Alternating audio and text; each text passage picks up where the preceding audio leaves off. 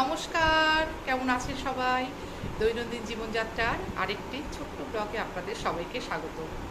আজ শুক্রবার, এখন দুপুর 2টো বাজে। আমি খেতে বসেছি। আজকে চলুন দেখাই আপনাদেরকে কি কি রান্না করলাম।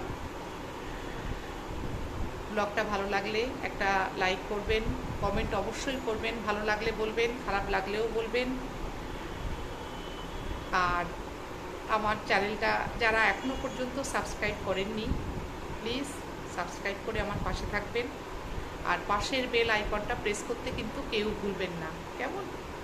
চলুন তাহলে দেখাই আপনাদেরকে কী কী রান্না করলাম আজকে। আমি আমার থালাটা সাজিয়ে নিয়েছি।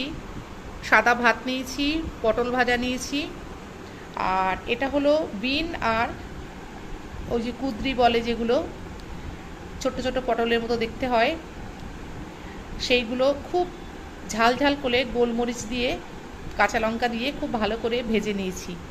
আর এই যে আমার জন্য অল্প একটু শুক্তো বানিয়েছিলাম।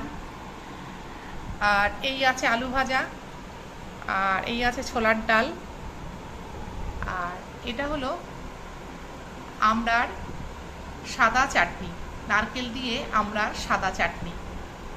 এটা খেতে দুর্দান্ত হয়, আপনারা একদিন বানিয়ে খাবেন। নারকেল দিয়ে আমড়ার চাটনি খুব সুন্দর হয়, একদম সাদা হয়, ওই জন্য আমি বললাম সাদা চাটনি। তো এই হলো আজকে আমাদের দুপুরের রান্নাবান্না। আর আমি কি খাবো সেটা তো আপনাদেরকে দেখালামই। এখন আমাদের শ্রাবণ মাস চলছে, আমরা শ্রাবণ মাসে পুরোটাই নিরামিষ খাই।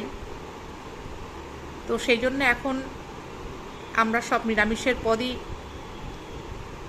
খাবো এবং রান্না করব, আপনাদেরকেও সেটাই দেখাবো। চলুন তাহলে ভিডিওটি এই পর্যন্তই। দেখা হচ্ছে অন্য কোনো ভিডিওতে বা অন্য কোনো লাইভে। আপনারা সবাই ভালো থাকবেন, সুস্থ থাকবেন, সাবধানে থাকবেন।